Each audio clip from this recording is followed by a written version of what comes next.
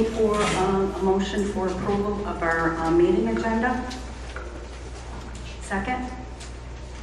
Thank you. Ron?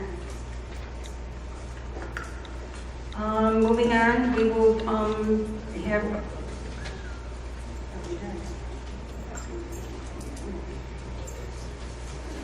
superintendent's report. Yes, well, it's kind of loud. Sorry. I have quite a few things I'd like to report on. First of all, as we discussed at our last board meeting, administrators from CSI, Millard Hawk, and Cleveland contacted targeted families about balancing class sizes. That was parents that volunteered to have their kids go to either Hastings or Cole to help alleviate the balance, or help balance our class sizes. We did not have a large number of people that have taken us up on that, so we will not be pursuing that any further. We have been tracking our class sizes daily with a date of next Monday to cap them off to see if we need additional staffing, and then get out that information to our community as soon as we can. Another thing I'd like to share is that we are in the process of scheduling a community forum to discuss Regions Reform Agenda, obviously the Common Core Learning Standards assessment, and everything associated with the Common Core. We originally thought to have that at the end of August, but my administrative staff has recommended to me, and I agree with them, to hold that within the first couple weeks of school. We'll have more people here. The actual format of this community forum is we will share information on the Common Core, on the assessment piece, and then have a question and answer period and move forward in that area. I'd also like to thank our teachers, Kristen Boland and Linda Meredith specifically, for setting up training on the modules, both the math and ELA modules. We had well over 80 teachers attending those workshops, and they were very, very successful. And we thank both Linda and Kristen, and also our turnkey trainers. We sent letters out for them. Last Friday, I sent the board a list of my superintendent goals for the 2013-14 school year. What I'm looking for from these goals is acknowledgement of those goals, and so we can move forward, and I can work with my administrative team to develop their goals to make sure I meet my goals. No, seriously, just to look at those goals. Does anyone have any questions in regards to the goals?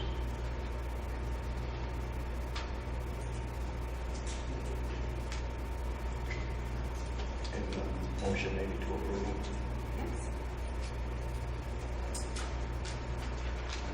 Yes. Motion. Second?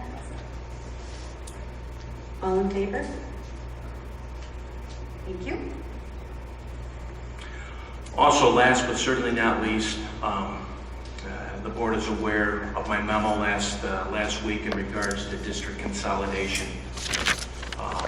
In this memo, I recommend to the board that the Board of Education pursue an outside consultant to assist us in the process. Consultant would be charged to look at our entire district. Also, by hiring an outside consultant, this individual obviously would not be perceived as having any type of bias. I'd also recommend that at our scheduled workshop on August 19th, that we would have possible consultants provide presentations for us. This workshop would be open to the public in accordance to open meeting laws. After the workshop, then the board can decide whether or not to pursue an outside consultant. I'm just wondering if everyone was fine with this plan of action. Joe, my only question would be, I just don't want to see the process get delayed. I mean, we had a consultant last year, legacy planning, I guess you call him a consultant that we dealt with, and it's taking him so much time, and we've gathered a lot of data, and I think a lot of it is just assembling the data in one place where we can kind of look at it so we can compare the pros and cons of any decisions that we're going to make. And my only concern would be that if we're going to bring in another consultant, that what are they going to do for us that hasn't been done already? And if it's going to do anything to delay the process, because if we are going to make a decision to do something with the closure, I really want to see that get done as soon as possible so that people can make plans for the following year that they're going to be affected by that. So that's my only comment about it. I'm not saying not to go ahead with the plan as you have outlined right now. Those are concerns I would share with everybody here. I would agree, Mr. Cripps, that we cannot delay this process any further. I have been in contact with a couple of consultants already to voice the concern. When I look back at previous data that's been gathered, this has been going on for at least 3 years that I know of. And in actuality, when I went through the superintendent's development program, I studied some of the enrollments here at Central Square at that time, and that was 2007. We do need to move forward with this, and I definitely relay that to any possible consultants. And I would say that if we do move forward in this direction on the 19th, we make that very clear that we need to move forward, and our people need to know what is going on. Again, when we're looking at close to a $5 million shortfall next year. So Just- if you have the consultants come in on the 19th, are you doing a full RFP, or are you just going to have them at that time present what they could possibly do, and then when will you make that decision to employ one or the other? What I would say is we will have those consultants here. The board would ask those questions. Then we would move forward at the next board meeting whether or not to appoint a consultant and use their services. Okay, And those would be questions that we could ask at that time with the consultant there. great. I'd like to just echo Dick's comments, and secondarily, this vote then is not to accept a consultant. It's to move ahead on the 19th just to discuss consultants. Correct. Is that accurate? Correct. Thank you. Are you going to go out and find out? I have two consultants already that are interested, one of which can be there on the 19th, one of which will submit a proposal. I can also forward the board some links and some reports that were done by these individuals pursuing another person also. I would like the board to see the presentation on these consultants and make a selection. Yeah, that's a good idea. That's all I have to report. Thank you, Joe. Moving on to open board forum. I have one blue card. Kelly Farley, Anthony Road, Brewerton, class size at Brewerton Elementary.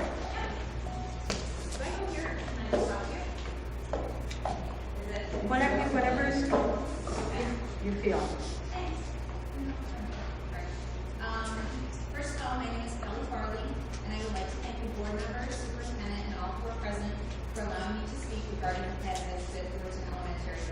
It's funny that Mr. Menard should bring that up because a lot of his comments have to do with what I have to say. I have two children who attend Brewerton Elementary. My daughter will be going into 4th grade, my son will be going into 2nd grade.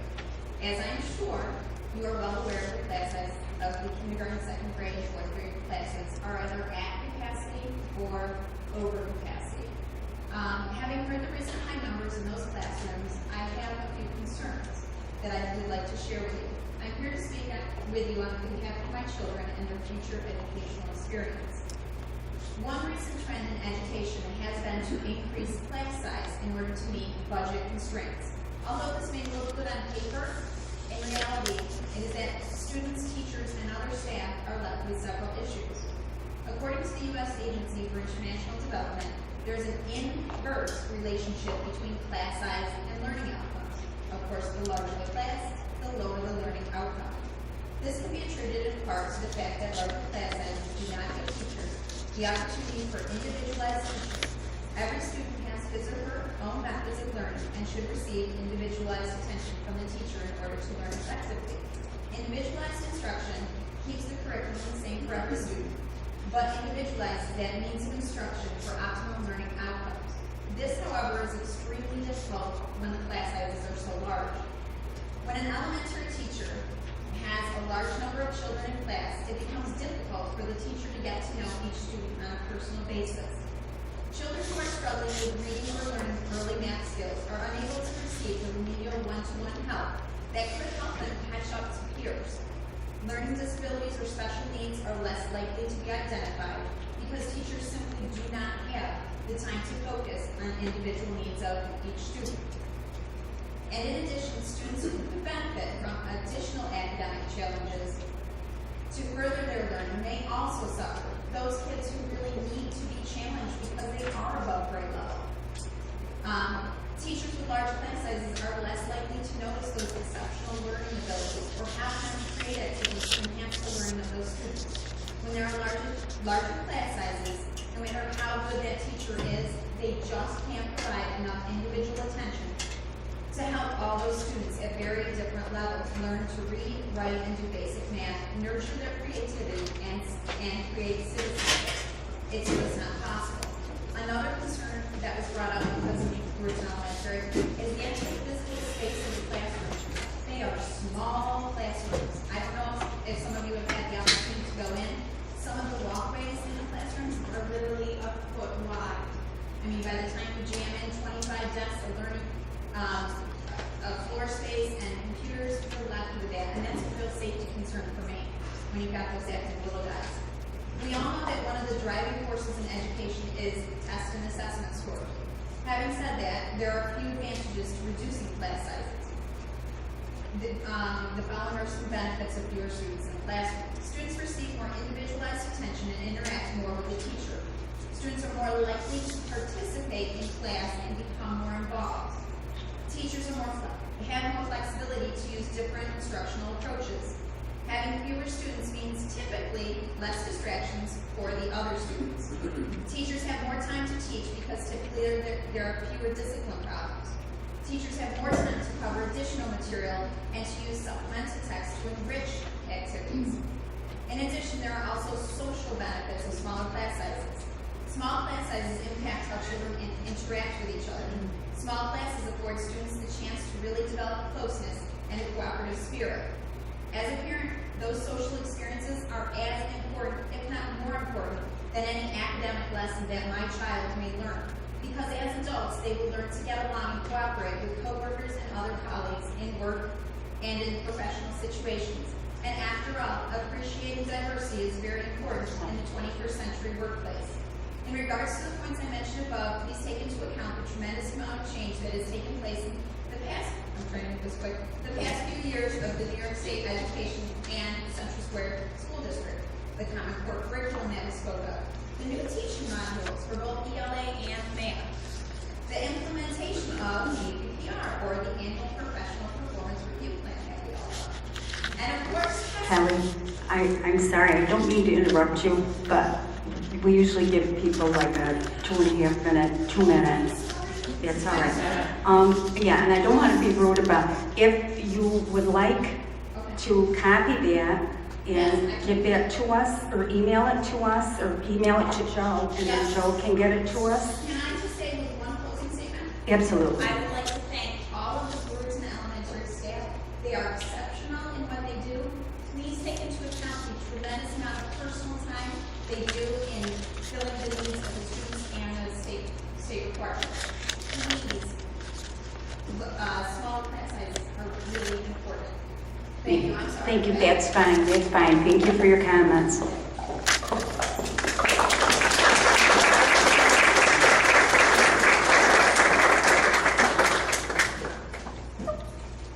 Okay, I have no other blue cards. Do any board members have anything they'd like to share? No? Okay. Moving on to reports to the Board of Education, Strengthening Teacher and Leadership Effectiveness Grant Update.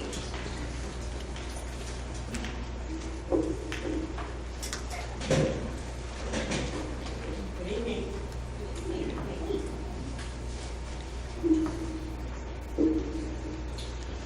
We're here, I'm Matt Conrad, this is Linda Merritt. We are the co-grant facilitators for the Strengthening Teacher and Leadership Effectiveness Grant, and we're here to update you on some things that happened last year, maybe refresh some memories, maybe reintroduce.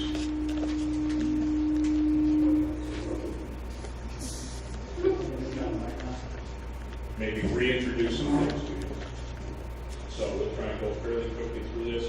Last year, we started off, what we're trying to do is to start off with the three things that are kind of backing up and in the background of what's been going on in Race to the Top.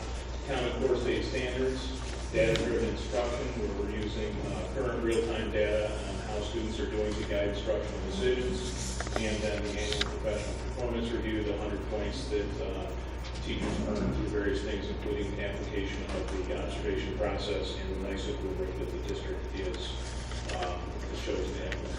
So we take those three things together, and our goal, if we apply those things, is to improve student learning. And as we looked at those, that was what the background we used when we wrote the grant about a year ago now. And the top is cut off there, but you can see it says the teacher and leadership, teacher and leader effectiveness grant was all written to address those three things and to improve student learning. How we connected those things to APPR is additional mentoring, coaching, targeted professional development, especially in the areas of instruction, planning, and assessment. And Linda's going to talk a little bit about some of the things that we've done in those areas, but those are the standards 1 through 5, and the NYSEP standards. Common Core learning objective, we really added the additional coaching, targeted professional development, and you'll see one of the things that's highlighted there, particularly in the ELA standards, because those things go across all content areas. And then the area of data-driven instruction, mentoring, and coaching support for the use of formative assessments. That's assessments for learning, not just a test at the end, but what do we know what's going on in the classroom? How well do we know students are fulfilling the requirements before we get to the test? Give us a chance to go back and reteach those things and make sure they really have it. We also connected those things to the Board of Ed vision statements from last year, in particular, Statement 1, the commitment to ensuring Central Square students are college and career ready. The status of the grant, I still don't understand this. Last year we received a grant for $549,500. I do not know why we didn't go for the extra $500,000, just to make it easier to say. It was a 2-year grant. We essentially received it in February. It still ends at the end of July 1st. So we had a lot of things in year 1 that we had hoped to start implementing in September that we didn't get to start implementing until February. So last year we spent about $76,000 of the $549,500, and there's still $473,000 left to go, most of which is going to be spent in professional salaries. So, as we give you some of the highlights under the area of teacher and leader preparation, we are excited to be welcoming 54 practicum students and student teachers from Oswego State, Syracuse University, Illinois, Binghamton, and Portland.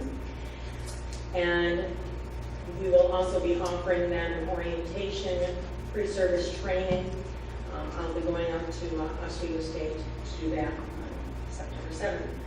That will cover areas that we want them to have a good understanding of, including Common Core, data-driven instruction, the APPR, professionalism, and a variety of other exciting topics. The second area, teacher and principal recruitment. We've had a very successful ad hoc committee made up of teachers and administrators to develop a standardized practice of hiring across the district. Induction and mentoring of new hires.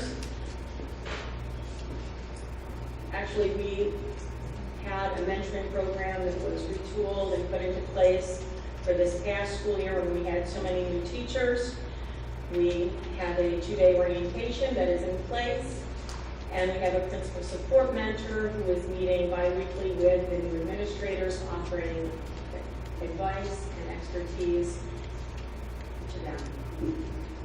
And that would be Lorraine Mulliken. Under evaluation, training for coaches, administrators, and teachers. This comes in the format of peer coaching, modeling, and co-teaching with our instructional coaches. Our administrators are meeting together to continue to work out bugs in the APPR, and we're hoping to be able to use technology in the future for peer and self-evaluation with our teachers as well. Ongoing PD, we are reinstating the professional development committee that is going to be starting in September. We are thrilled that we're having so many teachers working over the summer to stay current and improve their skills. And we are using surveys all over the place to make sure that the work that we're doing is on target, meeting the needs of our teachers, and to drive our instruction and PD for our teachers. Performance management. We're working on our APPR for next year, revising it for next year, and this is one of the things that we are adding that I'm very happy about. We're calling it Growth Action Plan. This is a protocol that we're putting into place to keep our APPR philosophy one of professional growth through coaching. And so this would help for any unannounced observation that an administrator saw some deficiencies. They would have the teacher come in, they would have the conversation, they would work on strategies. The teacher would have an opportunity to put those strategies into place, and then another observation would occur before any kind of teacher improvement plan.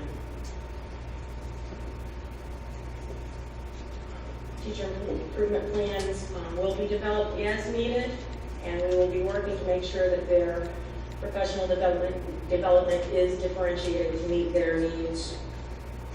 And our school leaders will also be working on examining their data and making sure that we're using it to drive and improve our schools. Career ladder. We're excited to have 12 of our teachers working with Connie Delvon as principal mentor, exploring career options and educational leadership. We've also developed a new role, a Common Core Technology Facilitator. This is going to be one of our teachers who will be working after hours with up to 60 teachers after school hours to develop smartboard lessons, PowerPoints, to go along with the new domains and modules. We're very excited about that.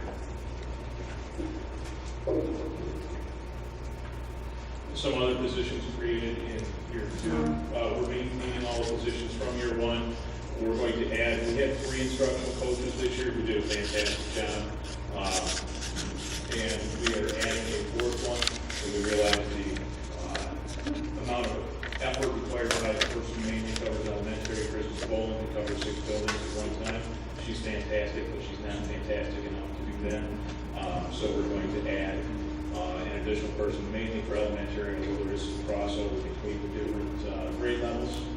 We've added a position of Regents for Reform Agenda TOSA, with one of their focuses being on working on implementing APPR, working with teachers on the process for APPR. Linda just spoke about the Common Core Technology Coordinator, and then the positions yet to be created will be the Common Core Technology Collaborator, which will be people who are working on developing smartboard lessons. You know, the coordinator is going to have a template, a standard, and here's what it needs to look like. But there's a lot of background work to help implement modules and help implement new Common Core stuff in math and ELA. And so those people are going to be working with that person help out. And it's work that that's what we're trying to do, same thing over and over again. Even though it's smaller people, we need to share and work out and do a lot more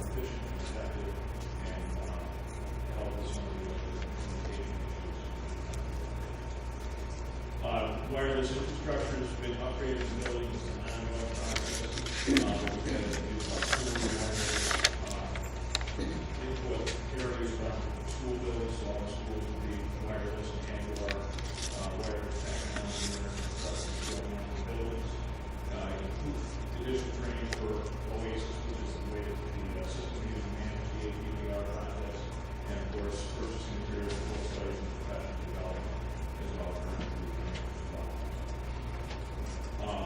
I would say one of the things that Linda needs to talk more about, I'm pretty sure this is her slide, I'm going to play it. One of the things that is fantastic and I'm very excited about is the amount of work that she's put into the relationship that she's got developed with, primarily as we will say, making sure the pre-service teachers and students understand ideas about the mentor and about what these individuals do in the school, but also some benefits of the district. Yes, we are excited about this because, you know, that colleges, universities need our places here. And with the new APR, it has been difficult to ask our teachers to take on the additional work of working with a new teacher and all that entails when this is their job and their career on the line. So we have started a new way of handling student teachers, and we've also gone to the colleges and asked them, what are you going to do for us? You know, we're providing a service to you. What can you provide for us? And we need professional development. And so I'm very excited that the student body is going to be, I'm jumping ahead of my bullets, but they are going to be providing a graduate class here for our teachers at a very nominal charge, $50. And it's going to be an inquiry-based class that will really allow our teachers to delve in, individualize their needs and what they're looking for to get out of it. So I'm thrilled about that. It's really good news. They're also placing 2 of their methods classes here at Central Square. And the practicum students that will be attending those classes will be working in our schools as well as the new academic center here. Act as tutors, and small groups. So it's a nice symbiotic relationship that looks like we'll be able to have at least for the next 2 years, and after that, we'll have to see. We're still working on serious trying to get ready. These are some of the things that our instructional coaches have provided. Certainly the co-teaching and modeling, the additional support for our teachers district-wide with their WPR, putting evidence into their OASIS. They worked a lot on planning for professional development buildings, as well as help with the regional district-wide school. I'm looking forward to doing a good one with that. And just because we thought that one grant was not going to be enough, we also would start with writing the which is allows us the possibility of getting grant funding to extend a lot of our program on for an additional year after this year. So in July, that grant application was submitted to state ed, maintains current grant funding opportunities and utility APR and accounting for, especially in ELA and math, and hopefully that will be about that fairly soon. Whether or not we were awarded that grant also continue on. And if you have any questions. I would just ask a question. When you talked about, when you first started talking about the status, they talked, you know, there was 473,000 left, and you said mostly professional salaries. Are we talking about the facilitators, the mentors, all the staffing basically that you highlighted after you made that statement that's in here, or is that something other than? Program facilitators and stipends and student teaching stipends and all kinds of things like that. Yes. As far as the wireless technology, Jack, does that mean our buildings are wireless now, or do you have to go to a hotspot?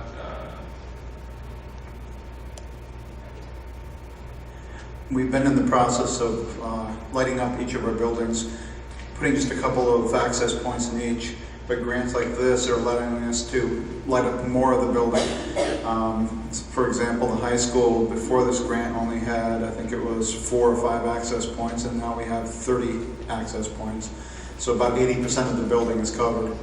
By the time we're done with this grant, and I think there was another that had 10 more access points in it, we will be able to cover probably about 80% of every building in the district. So there will be some places that won't have wireless, but most will, And any plans to make every building 100% wireless?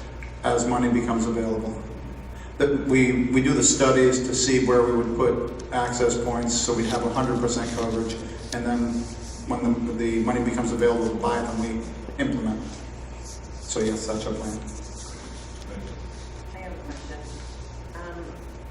Particularly on the slide about ongoing professional development, it says District Professional Development Committee is being reinstated. Who makes up that committee? It's made up of teachers and administrators. Are they like, you select them, or are they people who volunteer to do this? There are people that have volunteered and then have gone through a process to be selected so that we have a nurse who are. Right, Texas University.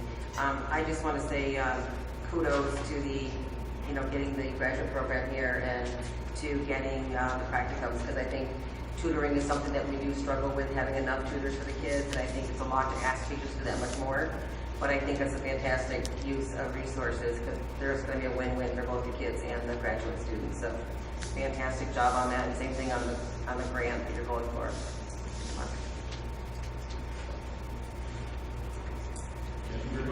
I would also like to thank you both for all the work that you've done. I'm not sure if you realize Friday, we received an email from the state that the FS10 budgetary submittal was approved for the $473,176,000. Nice job.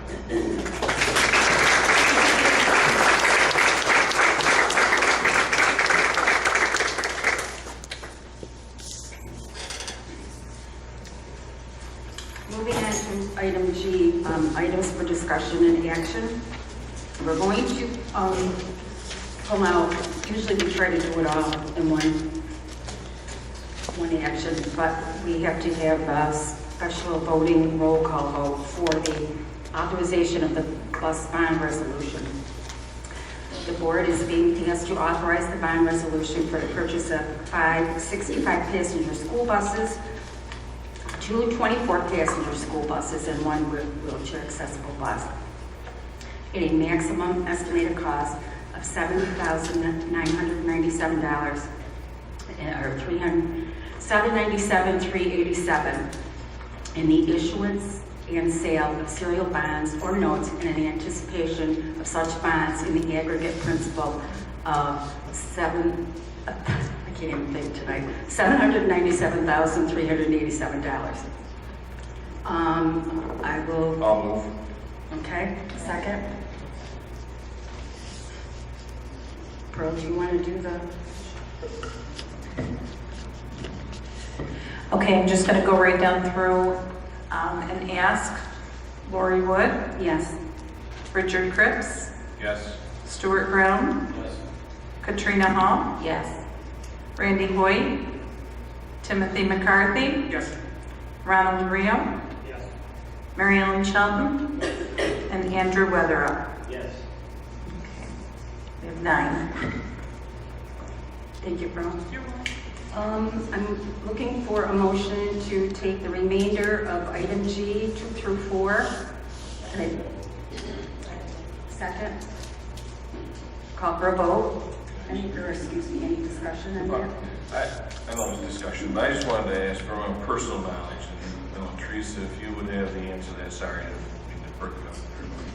Kids taking, because we're through with a 10th grade AP social studies textbook, kids that take AP history in 10th grade, what happens with, as far as, do they still take the global regions also at the end of that year? Is that how they get their regents diploma and all that kind of thing?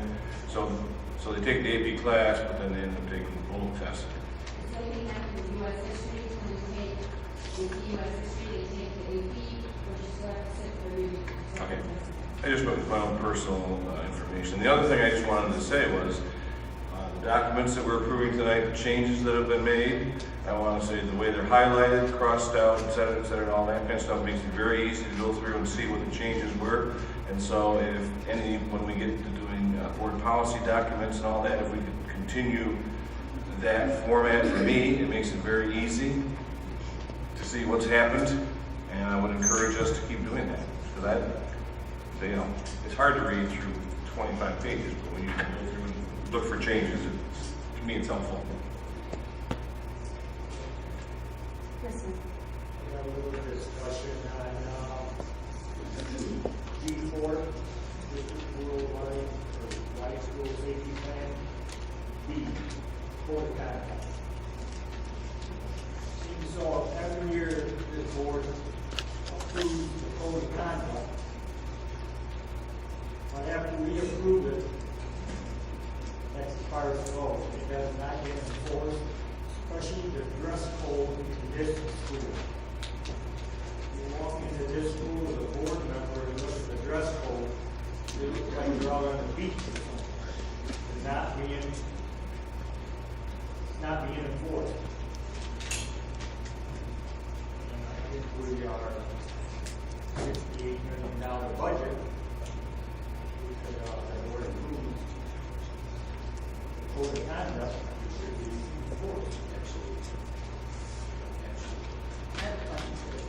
I know in the past they've taken the code of conduct out of their agenda book. Is it going back in? Because if they don't have it in their hand, like they give them like the actual pamphlet, that's not telling the floor that Carolina will do exactly. So I'm just saying, if it's not with them, if it's not physically with them, and say, what's expected of you, other than the dress and everything else. If it's with them, or supposed to be with them, at least they don't have an outside line. I don't know, I just liked it better when it was in their agenda book, so that way they actually had it, so I would like it back there, so that way there's no cop-out saying, yes, you did. Unless you ripped it up, you did that. You probably can, but I mean, could we just like, in the future, thank you. We gotta pay to get it printed anyway, it's just, maybe an extra muscle, as we don't get her carrying it out. Can I just add something to the code of conduct, isn't for discussing that? The code of conduct, I know it's available online, everybody can get it, and you can print it and PDF it and take it down on the website. But I'm kind of with you guys that if it's not visible and it's not posted and it's not there, then it really doesn't exist, other than when you have to enforce or go to it and find like some kind of reason to use it. And I specifically say that outside of the walls that we live in, the code of conduct is not being adhered to as we want it when people are using our school facilities, when people are on our school facilities. And I think that regardless whether it's between the hours of 8 a.m. and 5 p.m., that code of conduct applies continuously, and we should have the right to enforce that and use that to our benefit when there's situations that are arising and have arisen.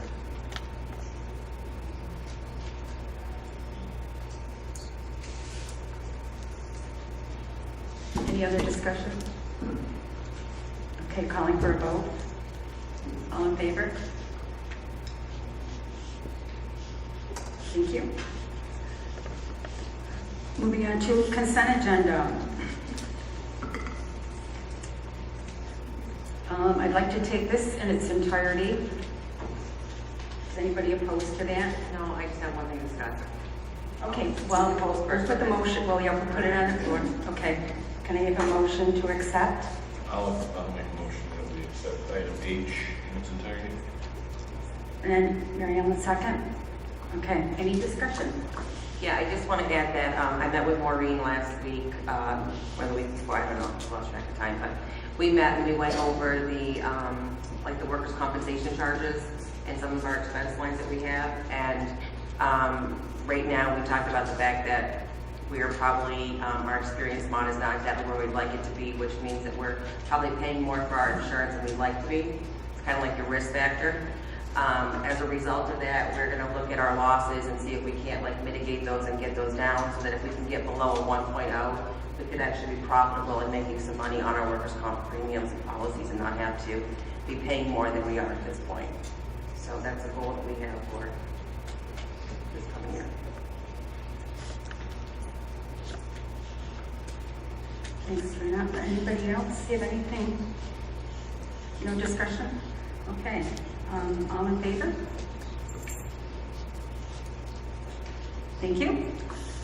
I would just like, part of this consent agenda was approval of donations, and I would like to thank all of the PTOs and PTAs for their generous donations that, are part of this here.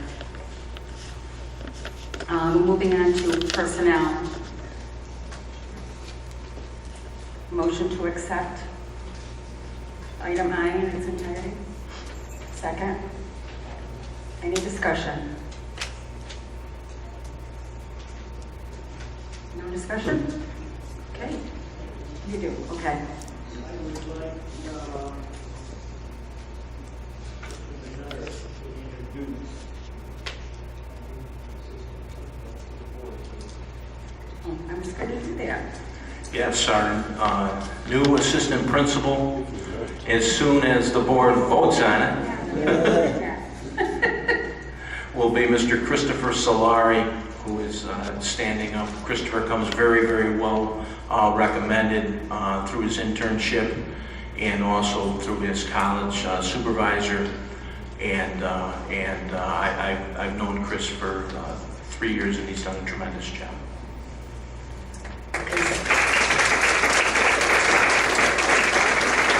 Okay, so now can we vote? Okay. I hope it passes, Chris. I'm very excited. Okay, all in favor? Thank you, welcome, Chris. Congratulations, Chris.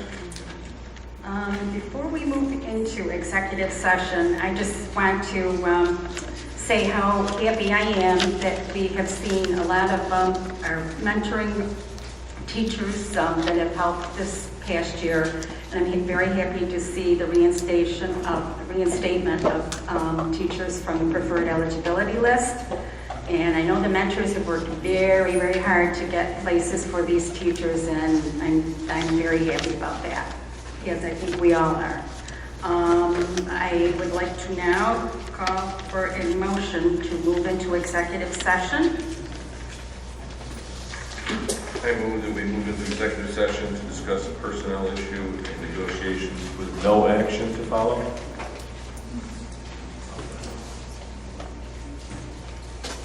Okay, all in favor?